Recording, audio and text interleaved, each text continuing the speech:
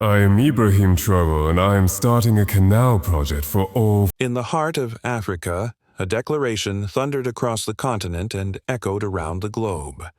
Captain Ibrahim Traoré, the young and fiery leader of Burkina Faso, stood before a massive crowd in Ouagadougou's Independence Square. The air was thick with anticipation.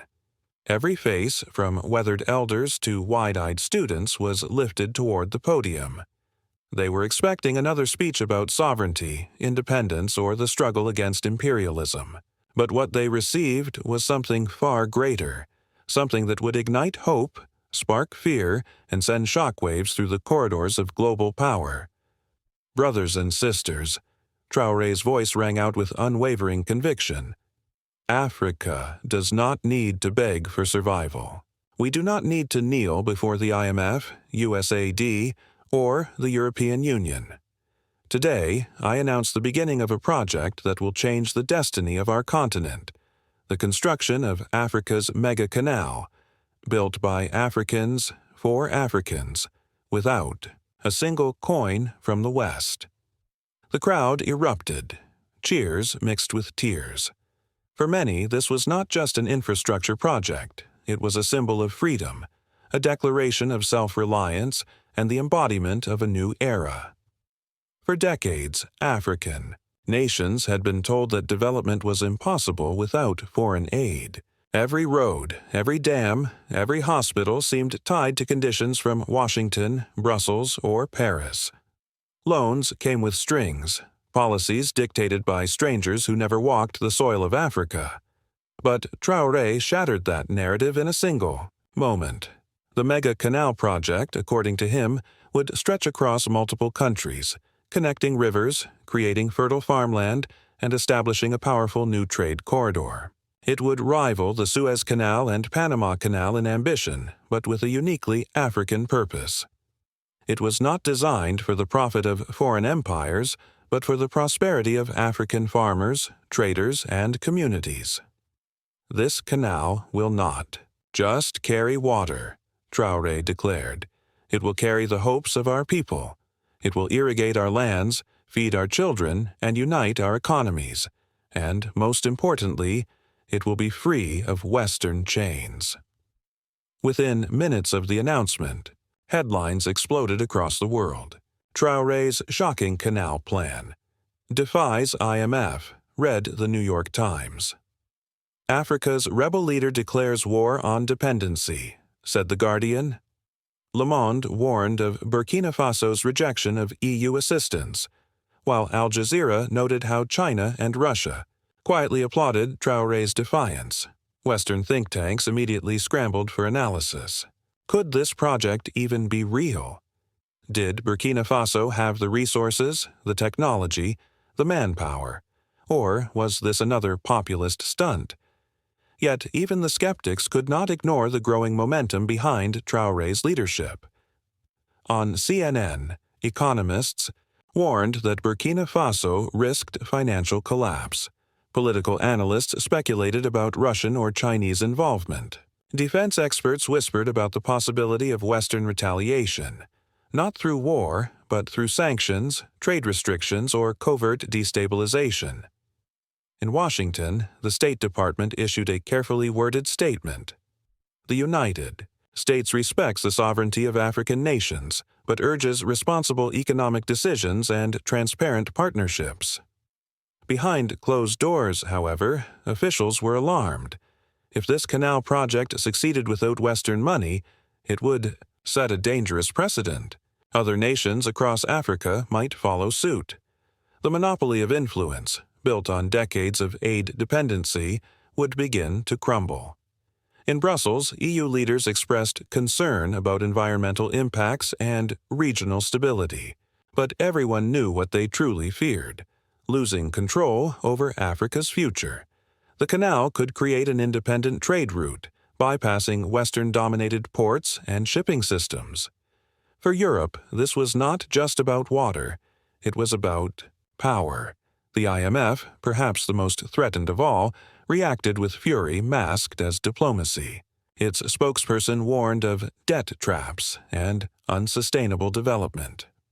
The irony was not lost on Africans who had seen their nations drowned in IMF-imposed austerity for decades. Social media lit up with mockery. IMF worried about debt? That's like the fox warning the chickens about danger. While Western capitals panicked, African streets celebrated. From Dakar to Addis Ababa, people poured into the streets waving flags, chanting slogans, and sharing Traoré's speech on phones and radios. For once, Africa was not waiting for permission. For once, a leader had declared independence not just in words, but in action. Elderly freedom fighters who had battled colonial powers in the 20th century wept openly. Young university students shouted, "Africa for Africans." Farmers imagined their dry fields reborn with water. Traders envisioned new markets connected by the Canal. One Burkinabe woman summed up the mood perfectly. "They said we could not build our own future. Traoré has shown them we can." But beneath the celebration, fear simmered. Many remembered what happened to past African leaders who dared to defy the West: Lumumba, Sankara, Gaddafi. Would Traoré meet the same fate? Already, whispers of plots circulated. Some warned that mercenaries, coups, or internal rebellions could be used to halt the Canal. Yet Traoré seemed unfazed. He stood tall, declaring that Africa had learned from history. Security would be tight, alliances would be strong, and above all, the will of the people would be unbreakable. As night fell over Burkina Faso, fireworks lit the sky above Ouagadougou. The Canal project was still only an announcement, but it had already transformed the political landscape. Traoré was no longer just a national leader, he was becoming a continental symbol. Some saw him as a visionary who could liberate Africa from centuries of exploitation. Others dismissed him as a reckless dreamer leading his nation into peril. But regardless of opinion, one truth was undeniable. The world was now watching. The West, shaken and unsettled, would not stay silent. Africa, inspired and defiant, would not back down. And somewhere between hope and fear, the story of the mega canal had begun. When the echoes of Traoré's announcement settled, a question began to grow in every corner of Africa and beyond. Why this canal? And why now? To outsiders, it seemed almost impossible. How could a landlocked country like Burkina Faso, one of the poorest by Western economic measures, dream of constructing a project that rivaled the mightiest waterways on Earth? But for those who listened closely, the answer was simple. This canal was not just about water. It was about history, survival, and the rebirth of a continent that had been chained for centuries. Traoré explained that the mega canal was designed to link rivers across the Sahel, connecting fertile regions to arid lands and creating a green artery that could transform agriculture. Farmers who had watched their crops wither year after year under a relentless sun would finally have the water they needed. Whole villages that had been forced to migrate because of desertification could return to their homes. Beyond agriculture, the canal promised trade. Goods that once took weeks to move across crumbling roads could flow along a waterway that cut through borders and brought nations together. For many Africans, this was not a new dream. Colonial powers had once studied similar projects, but always through the lens of exploitation. The French mapped the Sahel, looking for ways to extract resources and build channels that would feed their own industries. But those dreams were never realized, because the goal was profit, not people. What Traoré proposed was different. This was not about colonial maps, but about African hands shaping African destiny. He told the story of the Niger River, a mighty lifeline that winds across West Africa, yet often underused because of poor infrastructure. He spoke of the Volta and the Senegal rivers, and of small tributaries that could be linked to form a continental network. For too long, he said, our rivers have been like our people, divided by artificial borders drawn in European capitals. This canal will erase those lines. It will remind us that water does not belong to colonizers. It belongs to the land, to the people who drink it, who till the soil with it, who live by it. The technical details were ambitious. Engineers from across Africa had already been working quietly on blueprints.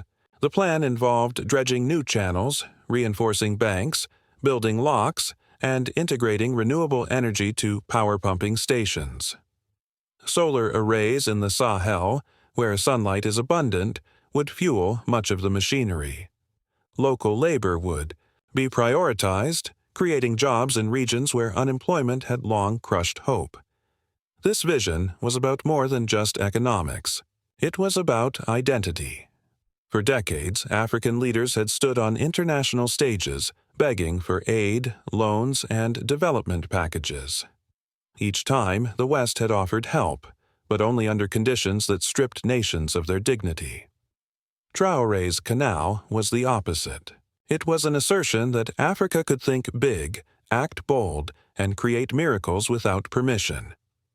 To understand the power of this vision, one had to look at the past. Africa had always been rich in gold, diamonds, oil, and fertile land.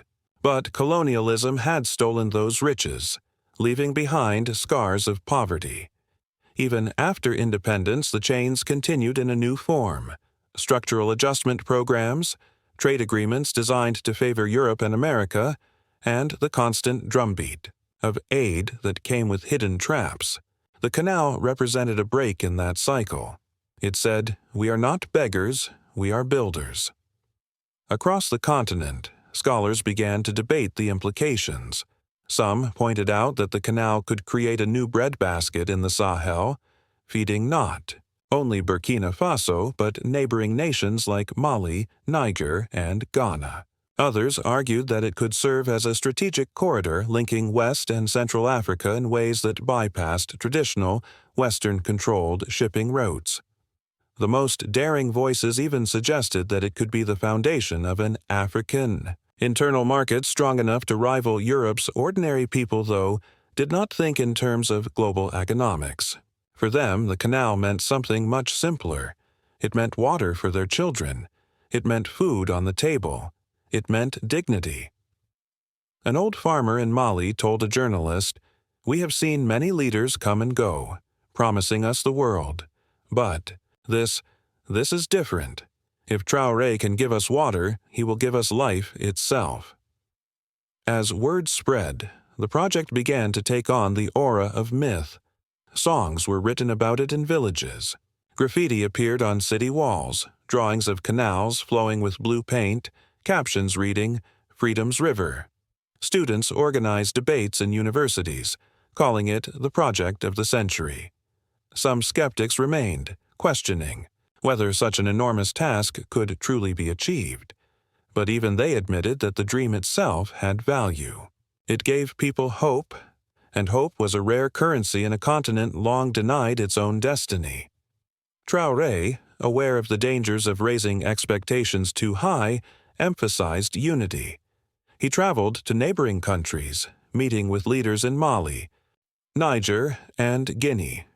Each visit was met with massive rallies, crowds chanting his name and waving banners that read, "One Africa, one canal." Slowly, the vision grew beyond Burkina Faso's borders. It was no longer a national project. It was becoming a continental one. Western diplomats, watching these developments, grew increasingly anxious. They had always believed Africa's weakness was its disunity. But the canal was uniting people in ways no foreign power could have predicted. Reports leaked from European think tanks describing the project as a threat to the established global order. American lobbyists urged their government to engage before China or Russia stepped in. Meanwhile, in Moscow and Beijing, officials smiled quietly, recognizing that a new ally was rising. Inside Africa, though, the focus was not on global chess games. It was on survival and pride. The canal was discussed in churches, mosques, and markets. Mothers told their children that they would see a new Africa in their lifetimes. Fathers promised that one day they would work on the project, carving rivers where there had only been dry land. It was more than a canal. It was a story of redemption. But with every vision comes resistance.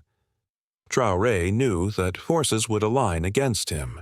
He spoke often of the dangers, reminding his people of the assassinations and coups that had cut down leaders like Thomas Sankara, who once dreamed of an independent Africa. He told them that the price of freedom was eternal vigilance. He called on youth to guard the dream, not just with arms, but with determination and resilience. And so, as the months passed, the canal began to live in the imagination of millions. Engineers refined plans. Farmers prepared their land. Students studied water management, hoping to be part of history. Every day, the idea grew more real.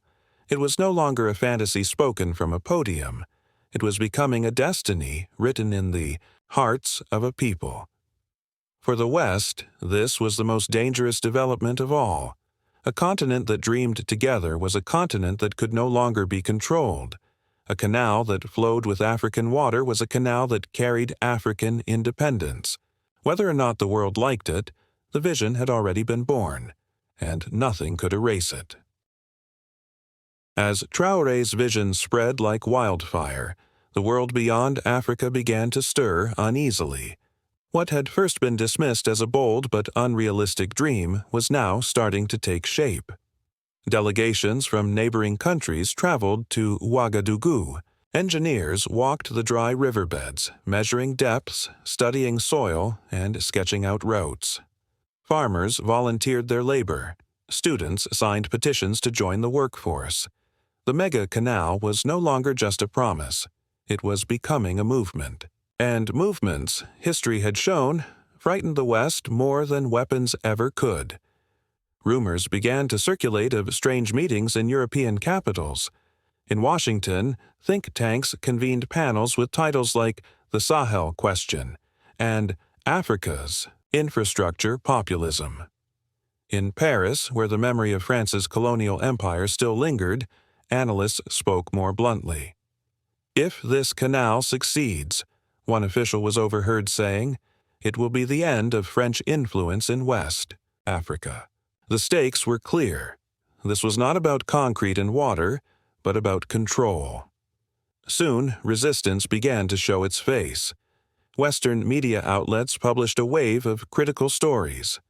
Articles questioned the environmental impact of the canal, warning of ecological disasters. Some claimed the project would destroy fragile ecosystems. Others accused Traoré of using the canal as a political stunt to consolidate power.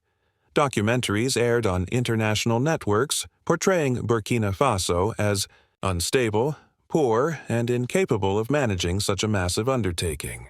The underlying message was simple. Africans cannot build this on their own. Inside Burkina Faso, whispers grew louder. Opposition figures suddenly gained airtime on foreign-funded radio stations. They warned that the project would bankrupt the nation. They called Traoré reckless, a dictator in disguise, a man leading his people into ruin. Few failed to notice that these voices were often amplified by organizations with links to foreign donors.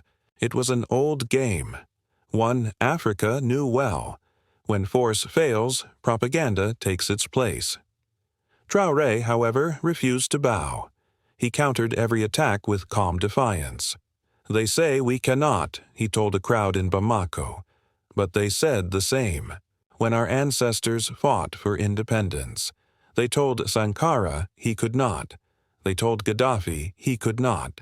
They tell us we cannot because they fear that we will. His words spread faster than the propaganda, feeding the fire of resistance against outside interference. Still, the threats were not only in words. Reports emerged of mercenaries moving near borders, their loyalties uncertain. Arms shipments were intercepted, raising suspicions that attempts were being made to destabilize the region. Strange incidents of sabotage occurred at construction sites Equipment malfunctioned mysteriously, survey maps disappeared, and workers reported being approached by strangers offering bribes to abandon their tasks. The canal was no longer just a project of hope. It had become a battlefield. To counter these threats, Traoré deepened alliances. He reached out to Mali's Assimi Goïta, Niger's Abdurrahman Chiani, and Guinea's Mamadi Doumbouya. Together, these leaders, all military men who had risen in defiance of Western-backed governments, pledged solidarity. They announced a new alliance, a pact of mutual defense not just of borders, but of sovereignty itself. The Canal, they declared, was not Burkina Faso's project alone. It was the Sahel's project, Africa's project. Across the Atlantic, the reactions were swift. Sanctions were whispered about in Washington and Brussels. Some African banks with ties to Europe suddenly froze credit lines. Shipments of construction equipment were delayed mysteriously in European ports. Western aid packages were suspended with the excuse of governance concerns. But instead of breaking morale, these measures only hardened it. Africans who once depended on aid began to see with clearer eyes that dependency was a chain, and the canal was the key to break it. The struggle was not only political or economic, it was psychological. For centuries, Africans had been told they could not do great things without Western guidance. Now, every attempt to undermine the canal seemed to confirm the opposite. The more the West tried to stop it, the more people believed in its importance. In villages, elders began to tell their grandchildren that they were living through a new independence struggle. This time, it was not against colonial armies, but against invisible chains of debt and influence. But danger lurked even closer. Whispers of coup began to circulate. Burkina Faso had seen many in its history, and foreign intelligence agencies had long played a hand in them. Soldiers were approached with promises of wealth if they turned against Traoré. Political rivals were suddenly flush with foreign funds. The atmosphere grew tense. Every night, the city of Ouagadougou seemed to hold its breath, wondering if tanks might roll through its streets. Traoré, aware of these threats, tightened his circle of trust. He leaned heavily on loyal officers and the energy of the youth. He encouraged citizens to watch over one another, to report suspicious activity, to guard not just the project, but the dream itself.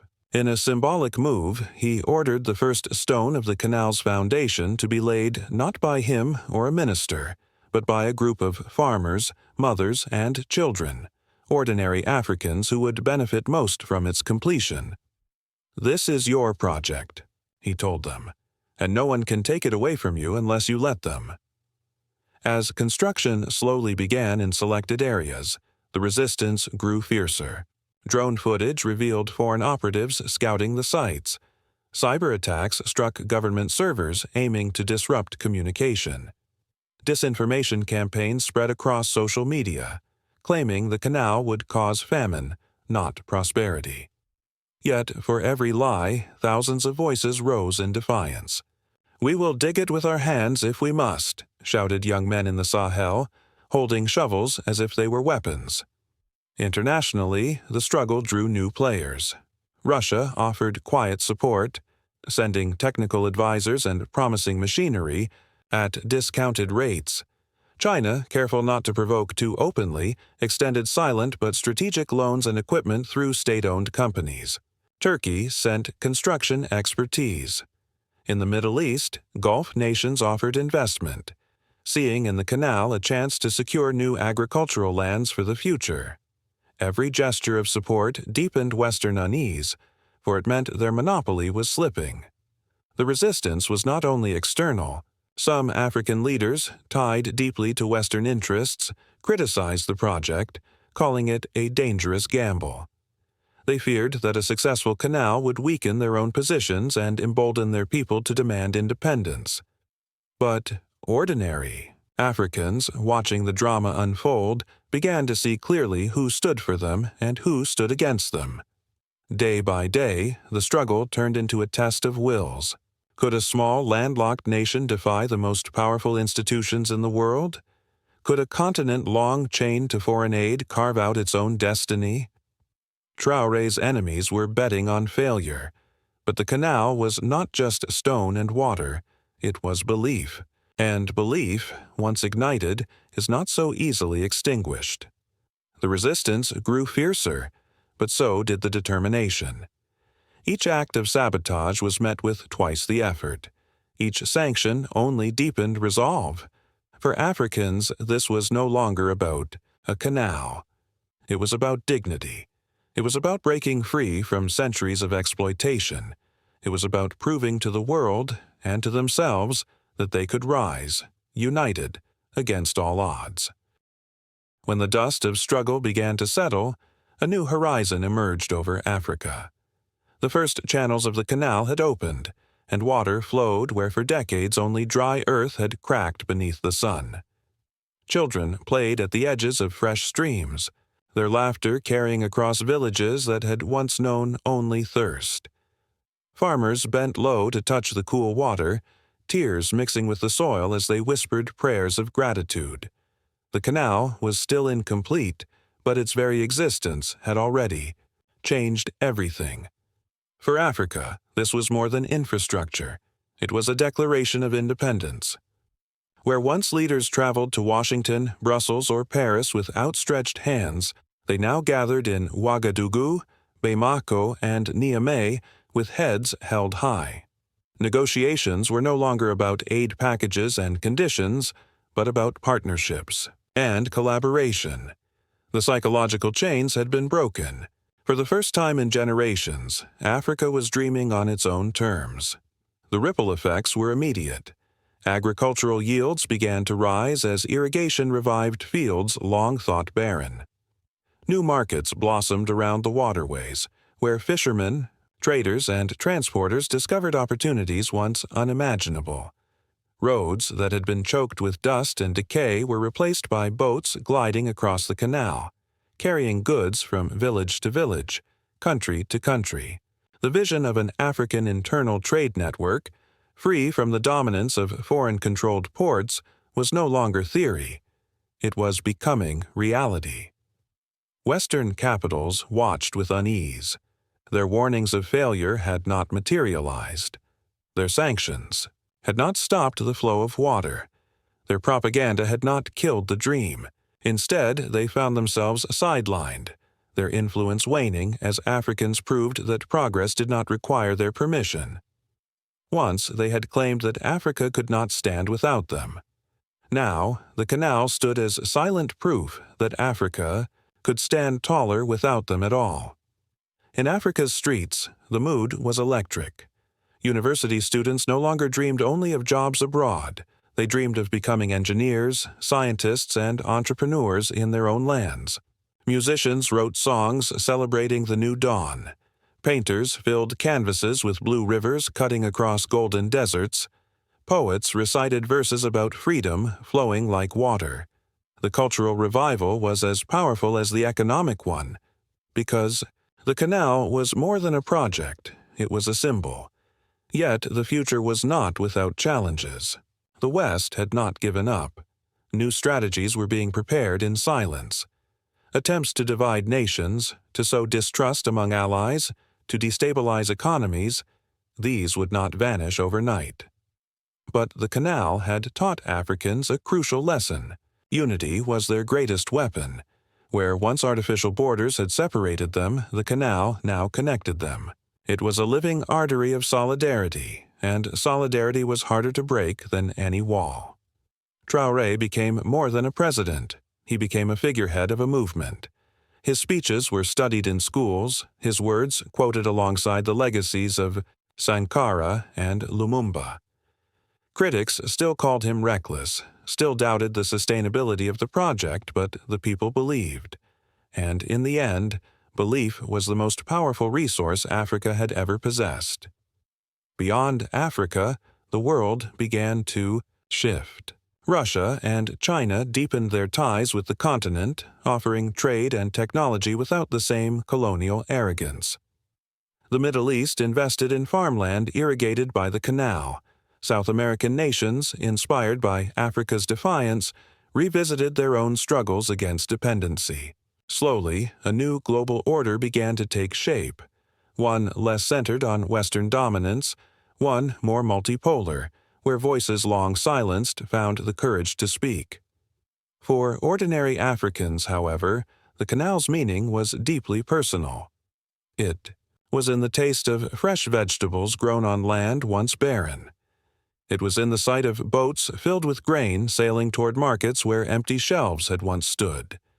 It was in the pride of parents telling their children, "We built this, with our own hands without their chains."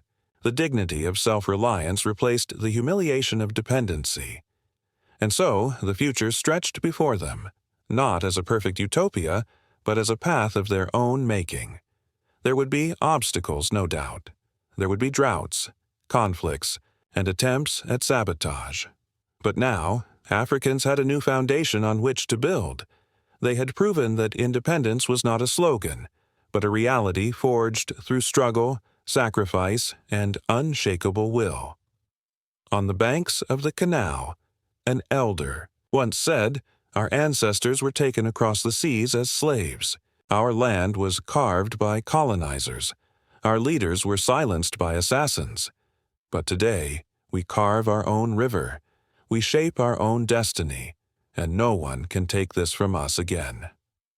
His words spread across the continent, carried like the water itself, a reminder of how far they had come. Night fell over the Sahel, but it was no longer a night of despair. The Canal reflected the stars, a shimmering ribbon of light in the darkness. To those who looked upon it, it was more than water. It was freedom, flowing, unstoppable, eternal. And as the world looked on, one truth became clear. Africa had broken free, and there would be no turning back.